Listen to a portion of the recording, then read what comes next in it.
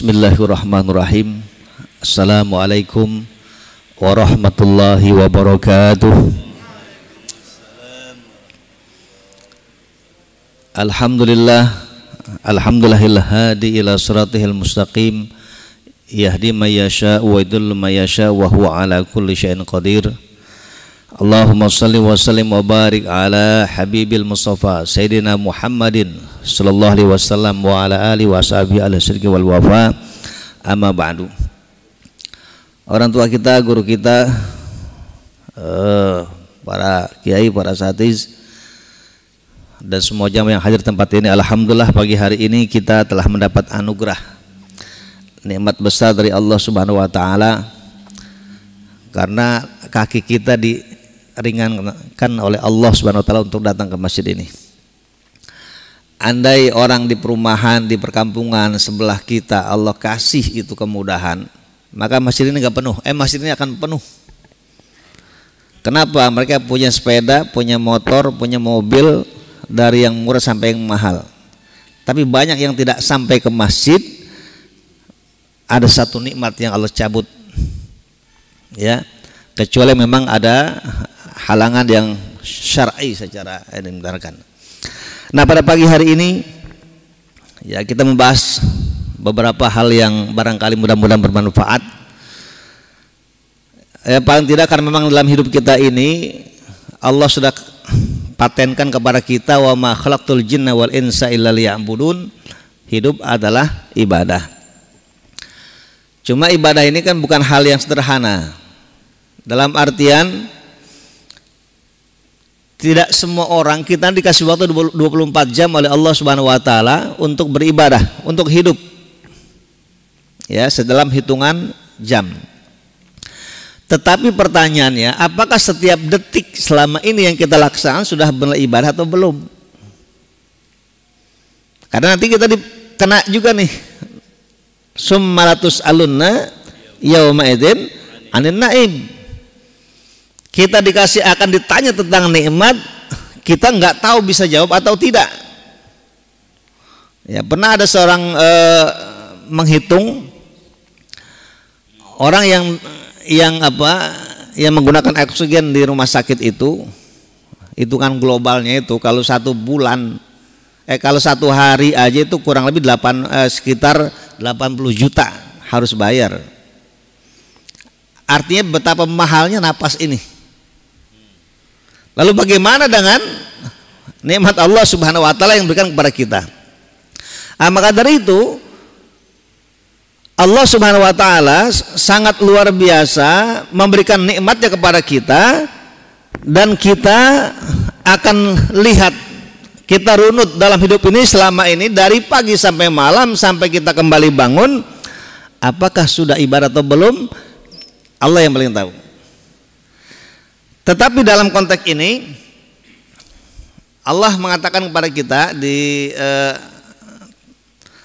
surat Fussilat ayat 30, innal ladzina qalu rabbunallah tsumma istaqamu tatanazzalu 'alaihimul malaikatu alla takhafu wa la tahzanu. Ini surat ayat ini dari sejak kita hidup sampai kita dikubur, sampai kita mati, kalau ayat ini stabil ada pada diri kita, insya Allah lempeng, Pak. Ya. Karena memang ayat ini, bahkan dalam ayat lain Nabi mengatakan tidak ada bagi Nabi ayat yang paling berat kecuali ayat istiqomah. Qul amantu billah tsumma istaqim. Jangan kira jaga iman itu mudah. Dalam sebuah hadis Nabi mengatakan badiru bil amali sholihah. Hendaklah kita seru bersegera, rajin-rajin, semangat untuk bil amali sholihah, dengan amal soleh. Fitanan, sebelum datangnya satu fitnah. Yusbihul mu'min mu'minan wa yumsi kafiran. Paginya dia beriman, sorenya sudah kufur. Wa yumsi mu'minan wa yusbihu kafiran. Malamnya, sorenya dia beriman, paginya kufur. Artinya betapa perpindahan hati manusia itu bisa cepat berubahnya. Begitu sangat dahsyat perubahannya itu. Makanya kita sudah diajarkan, ya muqallibal qulub, sabbit qalbi ala dinik. Nah, ini. Oleh karena itu dalam kesempatan ini, ya, saya ingin menyampaikan dalam ayat lain surat An-Nahl 97 itu Allah menyebutkan man amila salihan min zakarin wa unsa wa huwa mu'minun falanuhyiyannahu hayatan thayyibah wa lanajziyannahum ajrahum bi ahsani ma kanu ya'malun. Lihat redaksinya indah sekali ini. Man amila salihan min zakarin unsa. Siapapun yang beramal soleh, laki-laki ataupun perempuan, wa huwa mu'min. Ini syarat. Jadi kalau ada orang kafir, non muslim, Buddha, Hindu, lain sebagainya itu, ataupun Masehi, kalaupun dia dermawan, dia baik, dia sangat luar biasa kepada orang lain, dalam konteks agama, bagi Allah fala syai', nggak masuk kategori apapun. Itu sama kalau kemudian kita nih cerdas, anggaplah kita sama mahasiswa Unpam nih lebih pintar kita. Tapi karena kita nggak pernah masuk daftar di situ di Unpam, maka jangan pernah berharap ketika wisuda kita dapat gelar sarjana dari Unpam, Pak. Hanya yang kuliah di situ yang berhasil, yang berhak. Demikian pula kita. Orang sebaik apapun nih, penemu lampu listrik kan James Watt ya. James Watt. Dia kurang lebih 1000 kali percobaan baru berhasil dapatkan listrik, Pak. Jasanya kalau andai dia seorang muslim, Masya Allah, bayangkan sejak awal ditemukan sampai nanti hari kiamat ini listrik akan luar biasa. Tetapi karena dia tidak beriman kepada Allah, fala syai', maka enggak ada sisi Allah Subhanahu wa taala. Jadi wa huwa mu'min, syarat mu'min. Nah, kalau dia beramal saleh, laki perempuan, apa janji Allah? Itu Allah janjikan dengan 2 huruf taukid. Enggak main-main ini. Ya, 2 huruf taukid. Yang pertama lam, yang kedua adalah nun. Falanuhyiyannahu hayatan thayyibah. Pasti benar-benar kami akan hidupkan dia hayatan thayyibah, dengan kehidupan yang baik. Nah, pertanyaannya, yang baik bagaimana? Apakah harus kaya itu baik?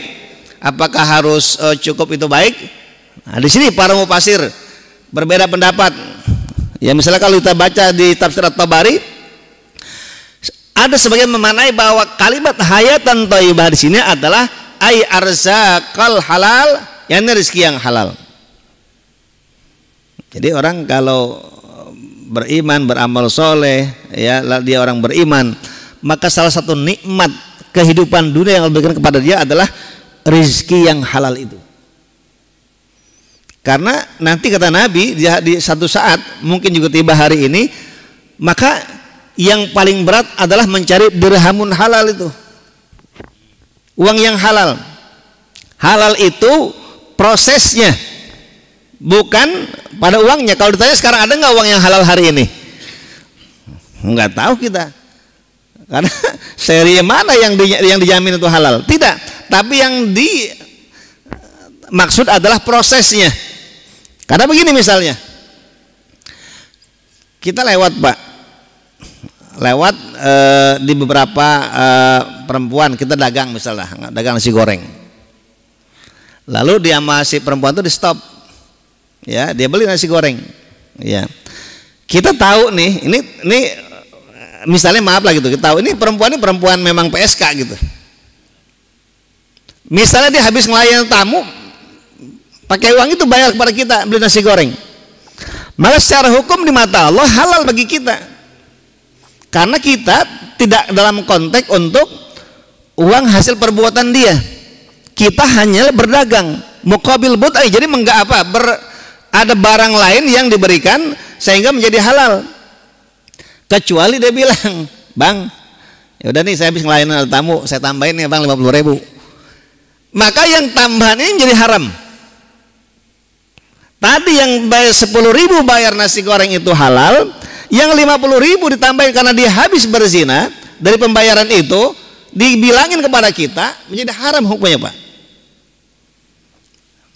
Sama-sama duit dari orang yang sama di waktu yang sama, akad yang berbeda, yang satu halal yang satu haram. Ya, jadi kehidupan rezeki yang baik itu.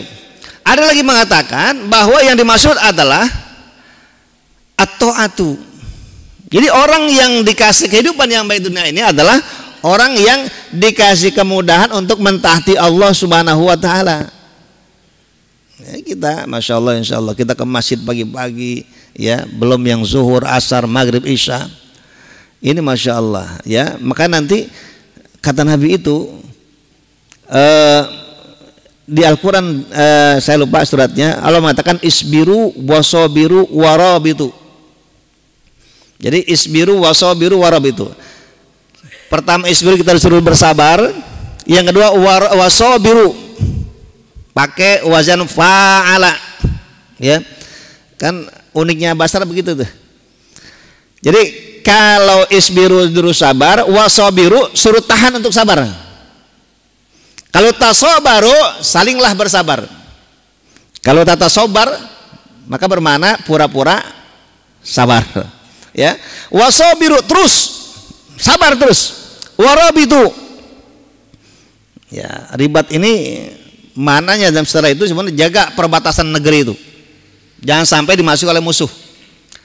Nah, bagaimana kalau di negeri yang tidak perang, di negeri yang tidak sedang melaksanakan tidak perang dengan negara lain? Maka Nabi mengatakan, maukah kalian aku tunjukkan amalan yang bila kalian lakukan itu akan menghapuskan semua dosa-dosa kalian itu? Apa itu? Salah satunya adalah kasratul khuta ilal masajid, perbanyak langkah menuju masjid. Terus apa lagi? Yang kedua adalah al-wudu, ya, isbagul wudu al makarih, tetap menjaga wudu walaupun dalam kondisi yang tidak enak, lagi dingin, ya, malas bangun, kita tetap berwudu. Dan ini bagian dari satu amal soleh yang luar biasa, ya. Fazalikum ribat, fazalikum ribat, kata Nabi, itulah ribat itu. Ada sangat kuat orang-orang yang memang rajin ibadah kepada Allah. Untuk salat subuh berjamaah ini adalah satu anugerah besar. Bagaimana tidak besar? Wang qobliyah subuh saja, kata Nabi, khairun minad dunya wa ma fiha. Orang yang salat qobliyah subuh itu lebih baik daripada dunia dan seisinya. Bahkan, ya, sebagian ulama mengatakan tidak ada salat sunnah yang lebih diutamakan untuk diqadha kecuali qobliyah subuh, Pak. Nanti kalau misalnya yang tidak sholat nanti karena sudah terbiasa sholat qobliyah subuh, lalu misalnya nanti setelah selesai udah keluar matahari sebelum 2 dia sholat qobliyah subuh, itu boleh itu. Saking luar biasanya itu. Bahkan kata Sayyidah Aisyah, tidak ada Nabi sholat sunnah yang paling dijaga, salah satunya adalah sholat qobliyah subuh. Nah, jadi makna orang yang hidupnya baik itu adalah dimudahkan mentaati Allah Subhanahu wa taala. Berat. Makanya dulu saya ingat sebuah kisah, orang kan bilang kalau ke Amerika itu negeri ahli maksiat, negeri kufar, negeri banyak pelacuran. Lalu Buya Hamka, beliau ke Amerika, setelah pulang ditanya, alhamdulillah saya nggak ngelihat tuh di sana ada pelacur, ada PSK. Gitu. Bingung kan? Kenapa Bu ya? Saya nggak pernah. Kenapa? Karena saya datang ke Amerika itu bukan untuk bermaksiat kepada Allah. Saya datang ke sana tuh untuk ibadah kepada Allah. Maka nggak ada di saya nggak ketemu tuh pelacur. Tapi kalau orang niatnya itu jelek, ke Saudi pun ada aja, Pak. Jadi apa di situ hidup? Jadi niat hidup seseorang itu sangat pengaruh. Mindset orang itu pengaruh. Jadi kalau kita niatnya mencari kepada kemaksiatan, ketemu jalannya. Demikian pula orang-orang yang niatnya kuat mencari untuk taat pada Allah pasti ketemu. Nah, makanya dalam kita belajar di pesantren itu kan pasti yang pertama dipelajari itu apa? Innamal a'malu binniyat. Itu hadis pertama di Arba'in Nawawi itu. Ya, jadi niat itu punya potensi besar. Ya, karena orang yang niatnya kuat, maka orang kalau sudah niat ditambah insya Allah nyampe Pak. Nyampe Pak Haji ya. Sampai itu. Coba aja. Ya, karena apa? Niat. Karena ketika Allah mengatakan innama itu namanya adat lil hasr. Dalam ilmu nahu. Jadi apa satu kalimat yang digunakan yang bermakna untuk meringkas innamal a'malu binniyat, artinya benar-benar, jadi hanya dengan niat yang baik orang sampai kepada tujuannya itu innama. Jadi betul-betul ya udah niat yang benar, niat yang ikhlas yang karena Allah Subhanahu wa taala sampai orang. Wa inna malikul mri'in manawa. Dan setiap orang punya niat masing-masing di situ. Jadi kalau dia mindsetnya ke Arab Saudi untuk mencari ke Arab cari yang cewek yang cantik, banyak Pak ketemu. Niatnya untuk beribadah kepada Allah tempatnya. Makanya banyak orang yang haji nggak ketemu Allah. Banyak orang yang umroh nggak ketemu Allah. Apa mananya? Dia ibadah haji sampai ke Mekah, sampai depan Ka'bah, umroh ataupun haji, tapi dalam kehidupannya tidak berasar itu ibadah kepada Allah Subhanahu wa taala. Seharusnya ketika orang yang sudah datang ke rumah Allah ketemu dong sama Allah. Dalam artian asar efek dari ibadah itu ketemu. Ini lain kan gitu. Berangkat haji niatnya untuk mencuci posisi, biar panggil Pak Haji, biar apa dianggap udah taubat. Ternyata kan tidak demikian. Karena siapapun gak ada yang dijamin. Ingat nggak dulu ada artis itu, Pak, udah nyari hari yang paling baik, paling top sampai nikah depan Ka'bah. Ternyata pernikahannya cuma berapa lama selesai. Apa yang salah di situ? Kan tempat paling bagus tuh. Apalagi coba kalau kita hitung-hitung. Ternyata enggak demikian. Tetapi orang tua kita, Masya Allah ya, kadang anaknya 12, anaknya 8 ya, istrinya 4, kadang 5 ya, setelah meninggal nikah lagi. Tapi luar biasa. Jadi innamal a'malu itu pentingnya luar biasa ya. Jadi jangan sampai kita tidak salah niat dalam kehidupan. Nah, yang ketiga mana yang mengatakan bahwa adalah al-qanaah, makna hayatan thayyibah adalah al-qanaah. Ya. Dan gini, kalau bahasa orang Jawa itu enggak ngoyo hidup tuh. Pokoknya enak aja itu hidup tuh. Ya, hidup tuh lempeng-lempeng aja itu. Karena di hatinya itu penuh dengan rasa syukur, nerima apapun yang ada yang Allah berikan. Dan ini tidak mudah. Karena berkaitan dengan kehidupan ini yang paling berat bagi kita adalah dalam konteks rezeki. Setiap orang itu pasti akan sibuk mikirin rezeki. Umumnya. Makanya beda. Orang tergantung. Ada orang-orang yang memang kuat kemampuan imannya, enggak nyari pun datang rezeki, Pak. Ada yang memang tidak kuat, dia mencari rezeki. Itu silakan aja pilih. Karena ada tuh kisah unik ya.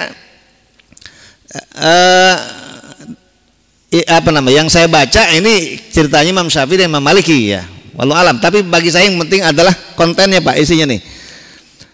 Jadi cerita gini, ada satu hadis Nabi tentang rezeki itu, kurang lebih hadisnya tentang lau annakum tatawakkaluna 'ala Allah haqqa tawakkulih la razaqakum kama yarzuqut tayr taqdu himasan wa tarbitonan. Kalau kalian kita ini bertawakal penuh super sangat-sangat tawakal pada Allah, la razaqakum, pasti Allah kasih kalian rezeki kama yarzuqut tayr, sebagaimana burung ya berangkat pagi dalam keadaan lapar, pulang dalam keadaan kenyang. Imam Malik berpendirian rezeki itu mesti dicari, beramal aja, beramal soleh aja, beramal baik, rezeki pasti datang tuh. Nah, kalau Imam Syafi'i berbeda. Ya guru, kalau menurut saya kita cari dulu rezeki itu.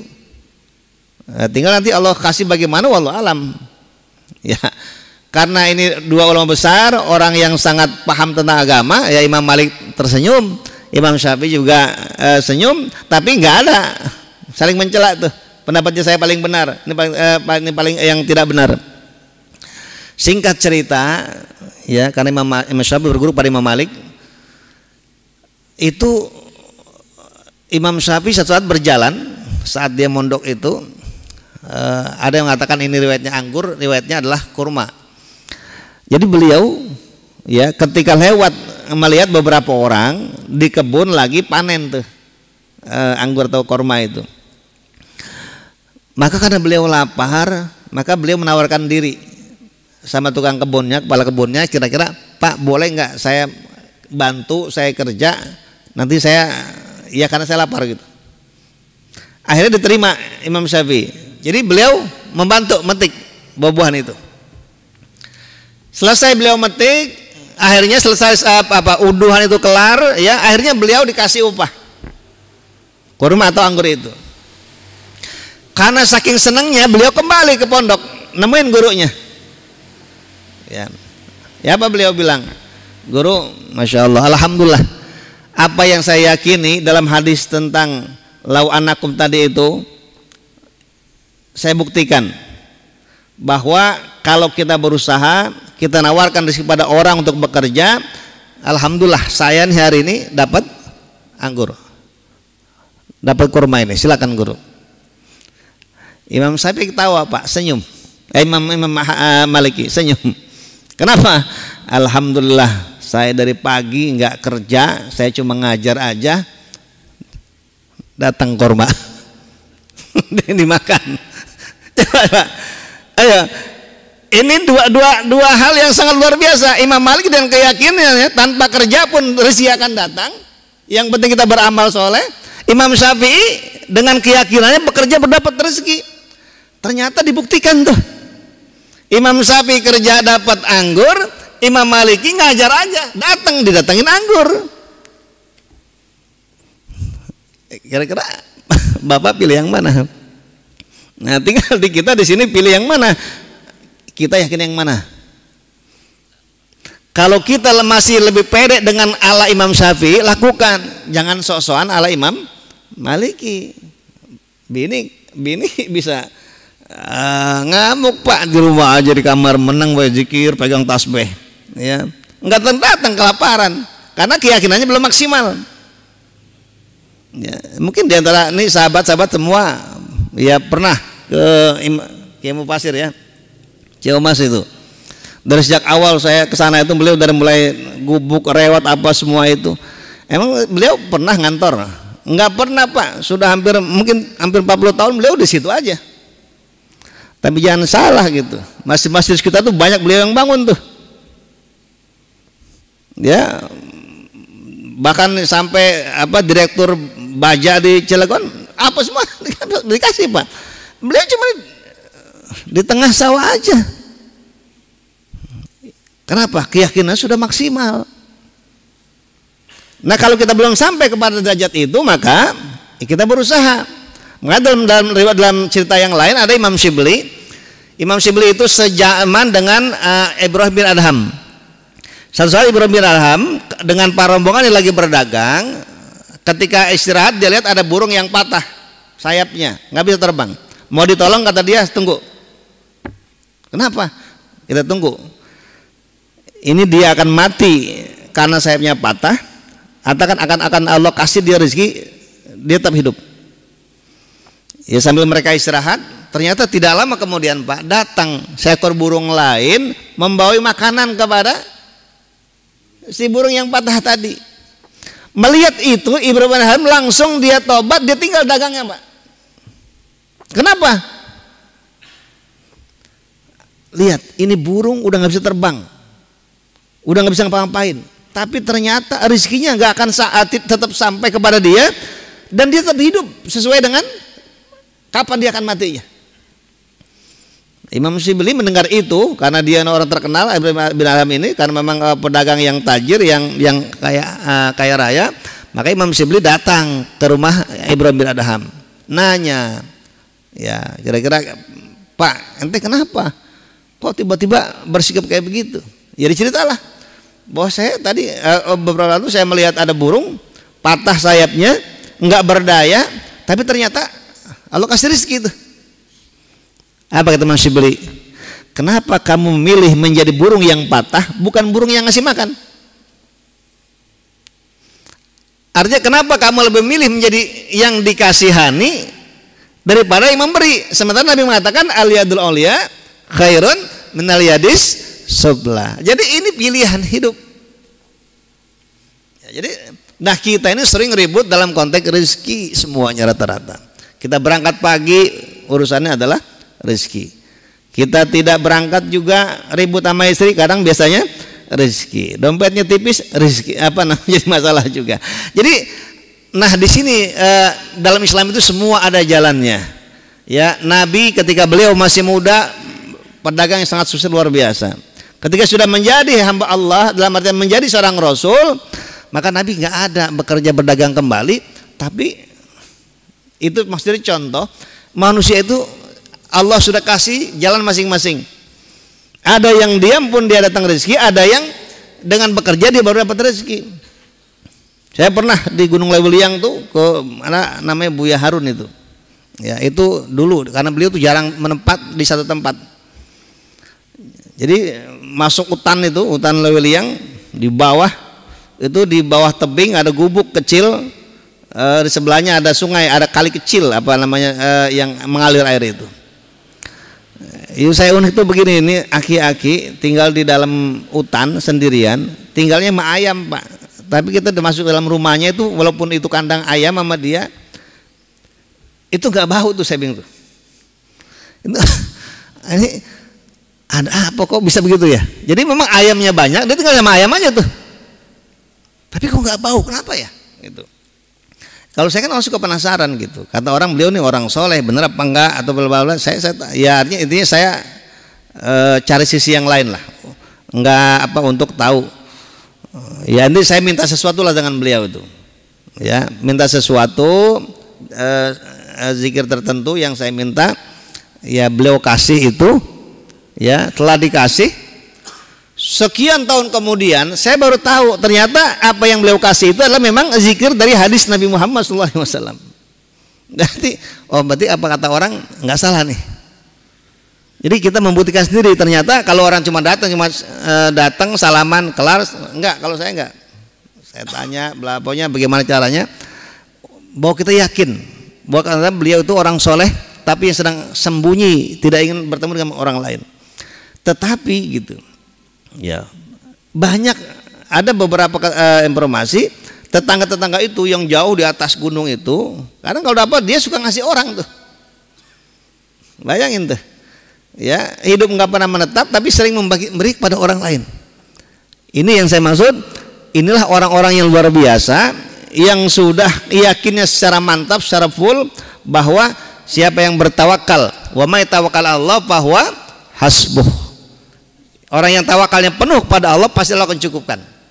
Nah, jadi dalam mana tadi? Jadi orang yang beramal soleh laki dan perempuan, dia mentaati Allah dimanapun dia berada, dia sembunyi-kah di tengah hutan atau di tengah sawah atau dia terang-terangan di tengah pasar, di tengah-tengah orang-orang yang padat, dia tetap pasti akan Allah kasih kehidupan yang baik.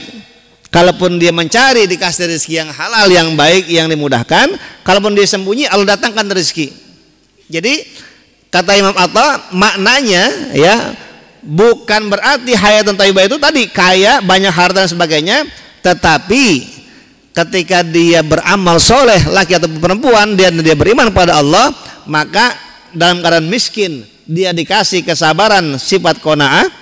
Ketika dia kaya dikasih sifat syakur, orang yang bersyukur kepada Allah Subhanahu wa taala. Sehingga ketika dia kaya dia infakkan harta di jalan Allah, ketika dia miskin dia bersyukur dengan miskinnya itu. Jadi thayyib jadinya bagi siapa? Bagi yang beramal soleh, yang beriman itu. Nah kalau ada orang rezeki, agar rezeki dia terlalu bunuh-bunuhan, dia sebagainya, ini masya Allah ya, berarti ada yang tidak taib dalam jiwanya. Nah, itu jadi makna di sini dalam hidup itu kita kembali ya. Jadi selagi orang semakin yakin kepada Allah, insya Allah akan semakin yakin. Imam Ghazali itu ya, beliau setelah beliau memilih jalan tasawuf itu nggak pernah bekerja, Pak. Enggak juga ini, tetapi beliau ya sampai wafat datangkan rezeki. Maryam ya, itu Maryam juga contoh. Sampai Nabi Zakaria pun bingung, kenapa kok bisa ada makanan di musim dingin keluar, makanan musim datang di musim panas, makanan musim panas datang di musim dingin. Ya, dari mana kamu? Anna lagi hada. Dari mana Maryam? Maka ini karena ini datang dari Allah Subhanahu wa taala. Jadi disitulah yarzuqu may yasha bighairi hisab. Allah kalau sudah mau kasih orang rezeki tanpa hisab, tanpa sebab, tanpa apapun, itu haknya Allah Subhanahu wa taala. Maka dari itu ada yang mengatakan kalau dalam hidup kita ini kita terbelenggu, capek mikirin rezeki, maka sebenarnya kita sudah rugi awal sebelum menuju Allah Subhanahu wa taala. Kalau ada orang karena mencari rezeki dia lupa ibadah kepada Allah, maka dia sebenarnya sudah terjerat di dunia itu. Siapa orang yang hanya mencari rezeki dia tinggalkan sholat, maka dia sebenarnya sudah terjerat dalam belenggu dunia itu. Jadi dalam Islam orang yang ibadah itu tetap mau dia kaya, miskin, dia mau berusaha ataupun dia diam, tetap dia ibadah pada Allah. Dan itu sifatnya adalah sifat qanaah yang berikan itu. Jadi kehidupan yang baik adalah termasuknya adalah qanaah. Ada yang mengatakan pula hayatan thayyibah di sini ay fil kubur. Nanti hidupan itu dikubur. Kapan? Ketika orang sudah wafat.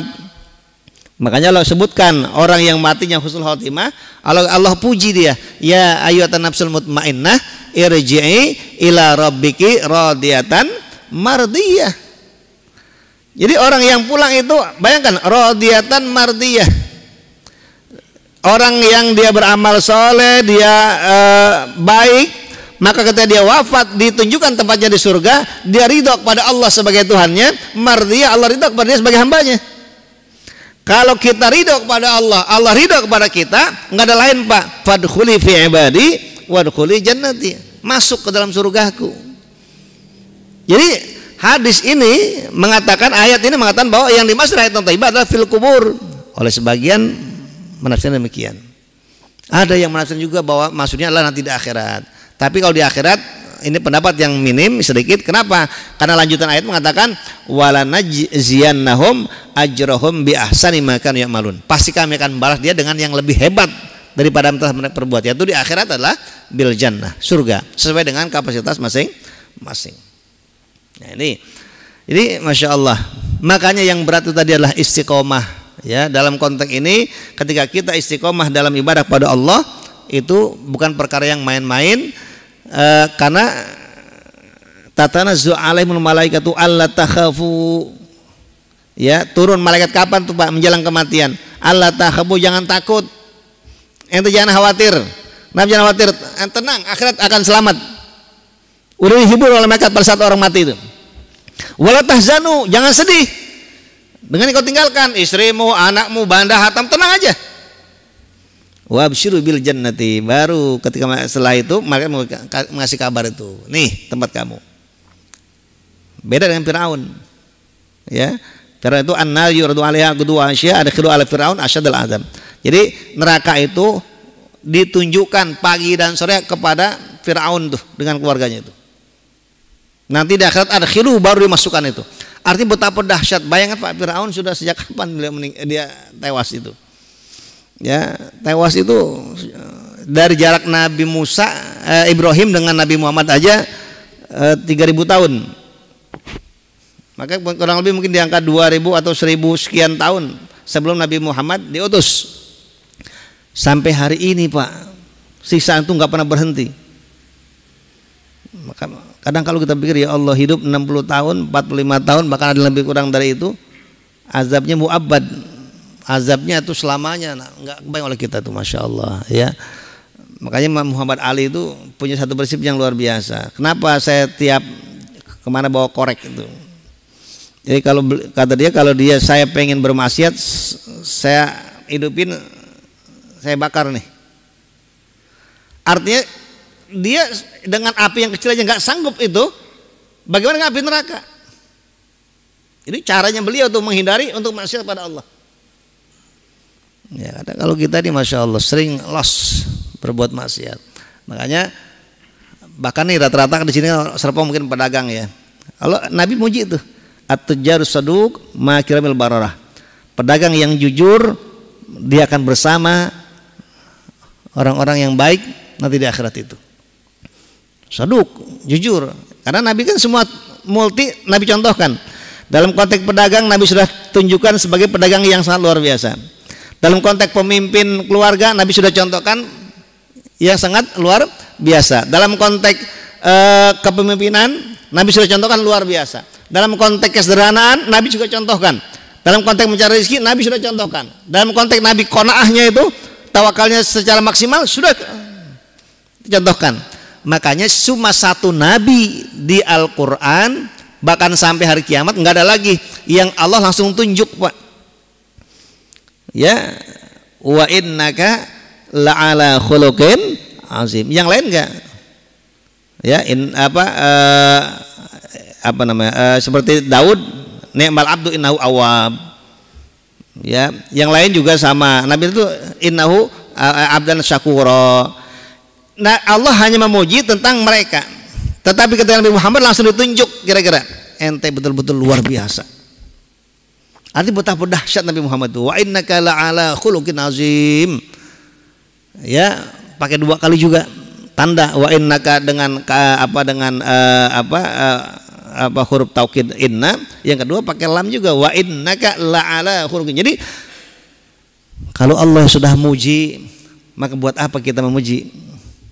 Nah, di sini sebagian orang berbeda pendapat. Ya, ngapain kita doain Nabi? Nabi itu pasti selamat. Kita belum.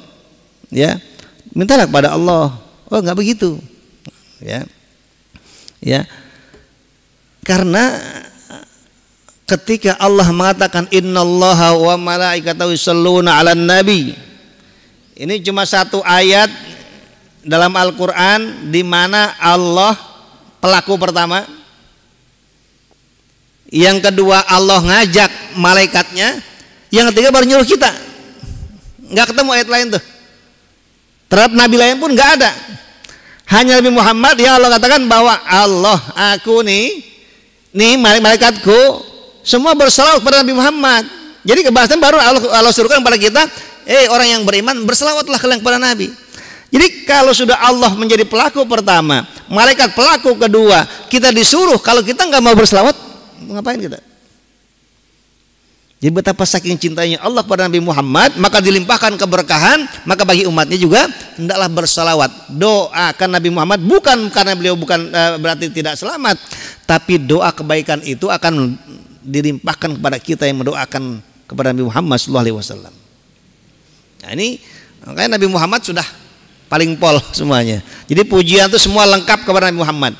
Jadi kalau Allah sudah memuji, maka sebenarnya pujian kita udah nggak berarti itu. Ya, tetapi kita melakukan itu takriman kita kepada Nabi Muhammad, kepada Allah Subhanahu wa taala, betapa mulianya. Jadi kalau kita mencintai orang yang Allah cintai, Allah akan cinta kepada itu orang itu. Ahab man ahabahullah yuhibbuka. Maka hendaklah kita mencintai orang yang Allah cinta, Allah akan cinta kepada kita. Karena orang yang mencintai dia pasti akan berusaha untuk mengikuti. Nah, makanya dalam ayat yang lain laqad kana lakum fi rasulillahi uswatun hasanah. Tapi Allah enggak cukup di situ. Itu koma, Pak. Nabi teladan, teladan di mana?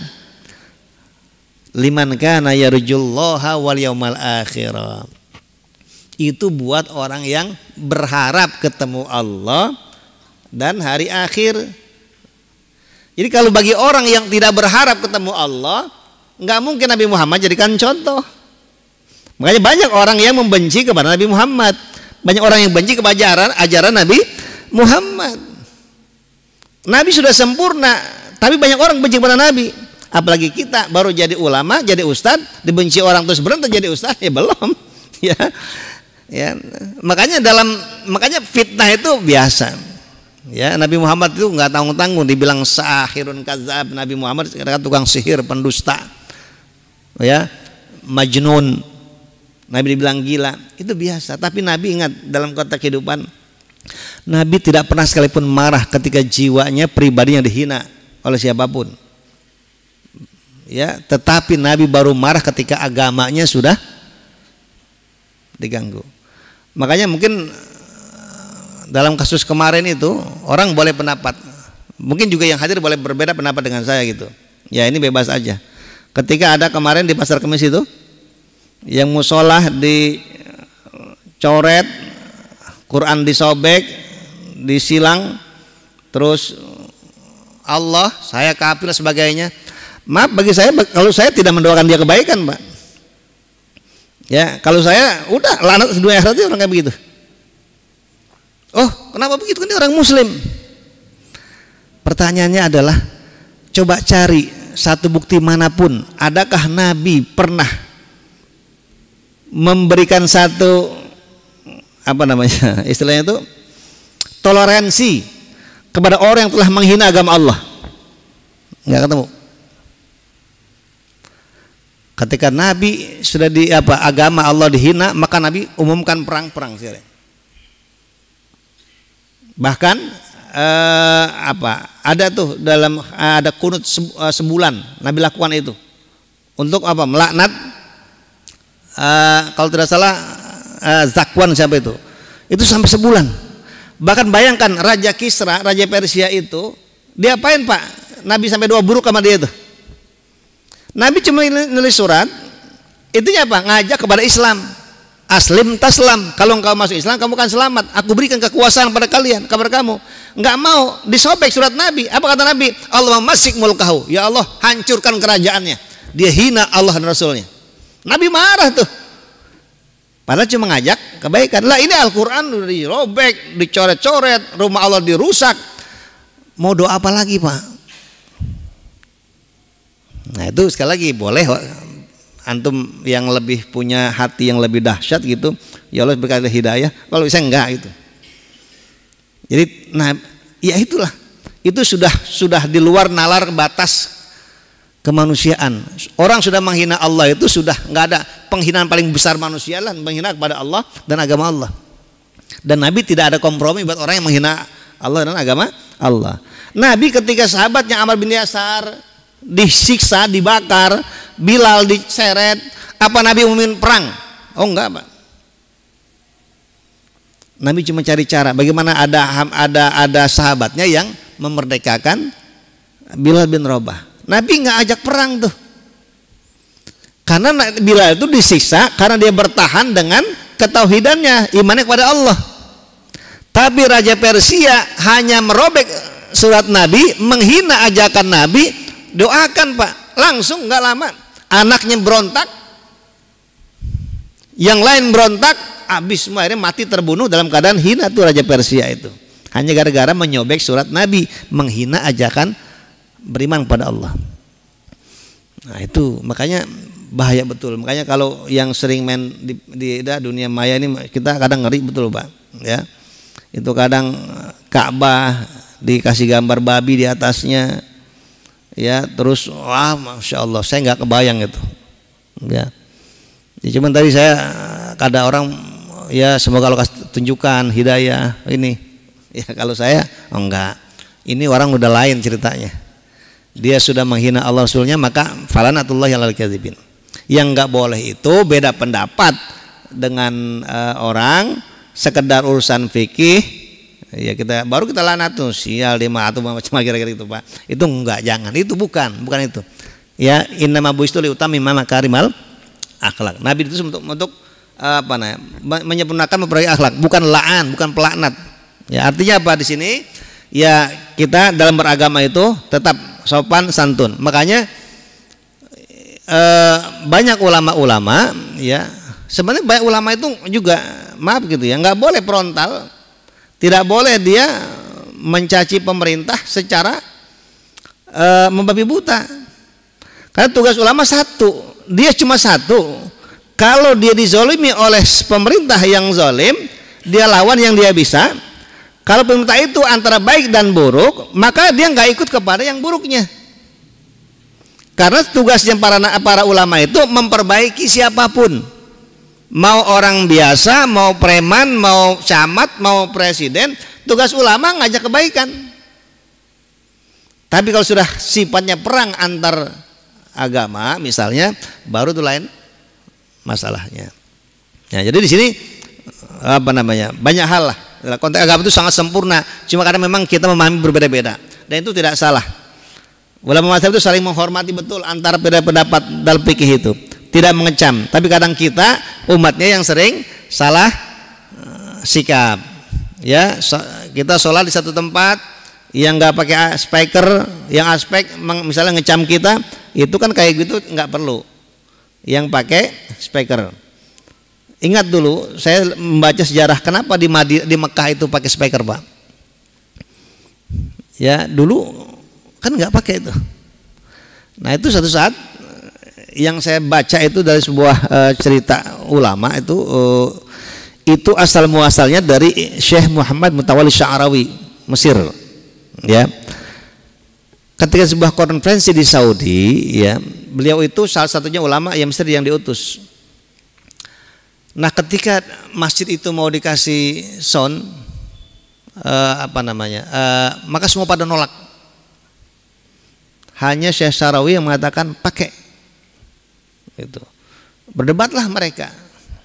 Ya, akhirnya ada satu debat yang membuat akhirnya mereka terbuka. Apa? Ditanya, kira-kira begini bahas kita, ente pakai kacamata? Oh iya. Terus itu kacamata ente pakai sholat?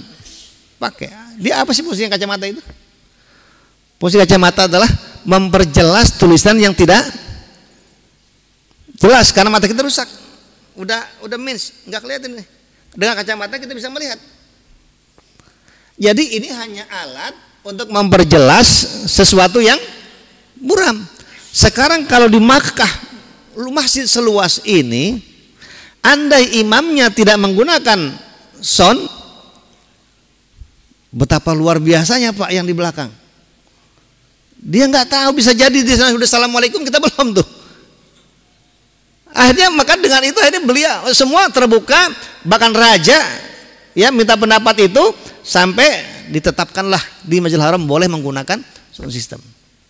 Saya pernah merasakan Pak, saya sholat di Banten, ya di Banten di daerah Serang itu, ya karena masjid melonjong nih, bukan bengotakin, masjid melonjong, pinggir jalan tuh melonjong, dan kebetulan nggak pakai speaker gitu.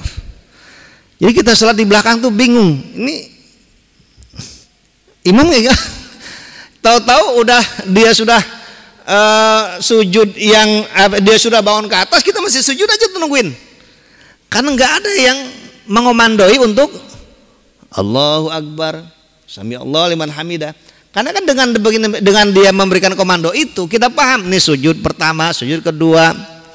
Jadi bisa jadi maksudnya gini, banyak orang yang sholatnya rusak karena dia nggak mendengar imamnya tuh. Ketinggalannya sudah banyak. Kalau ikut pendapat yang mengatakan meninggal orang yang ketinggalan dua gerakan sholat termasuk berkurang rokaatnya, bayangkan Pak kalau itu sangat panjang yang sehingga rokaatnya dia sudah ketinggalan dari ruku, ketinggalan sujud sampai 2 kali udah 3 tuh, belum qiyamnya udah 4. Itu gimana itu? Kalau pendapat itu yang dipakai, maka kita ketika dia salam nggak boleh salam, maka kita wajib teruskan lagi sholat tambah. Itu kan begitu. Jadi kenapa? Karena tidak ada komando yang kuat dari seorang imam. Makanya kalau kita sholat banyak makmumnya, nggak ada speakernya atau mati, imamnya suaranya pelan, maka boleh satu di belakangnya menjadi Bilal.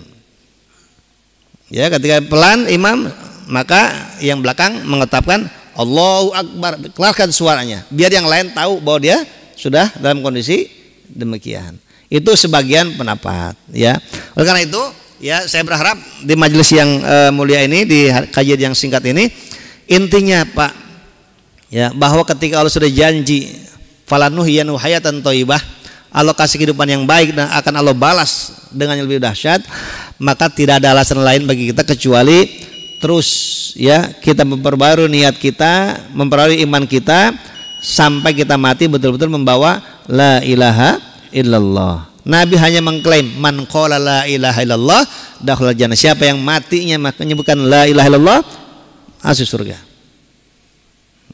Gimana kita nggak iri? Sayyid Alwi sebelum meninggal la ilaha illallah. Sayyid Arifin meninggal la ilaha illallah. Kemarin Khudamul Qudus meninggal la ilaha illallah. Ada seorang kiai tua ceramah la ilaha illallah jatuh mati. Masya Allah Pak. Kita bagaimana nanti? Wallahu alam. Maka salah satunya adalah kita perbanyak terus aksiru min qauli la ilaha illallah. Mudah-mudahan kita semua husnul khatimah. Amin ya rabbal alamin. Sementara ini ya. Langsung doa. Baik, Haji doa nak? Masya Allah. Baik, saya sekali lagi mohon maaf kalau agak kepanjangan ini. Mudah-mudahan ada manfaatnya walaupun sedikit, dan Allah berikan kita kebaikan dunia akhirat. Al-Fatihah. A'udzubillahi minasyaitonirrajim. Bismillahirrahmanirrahim.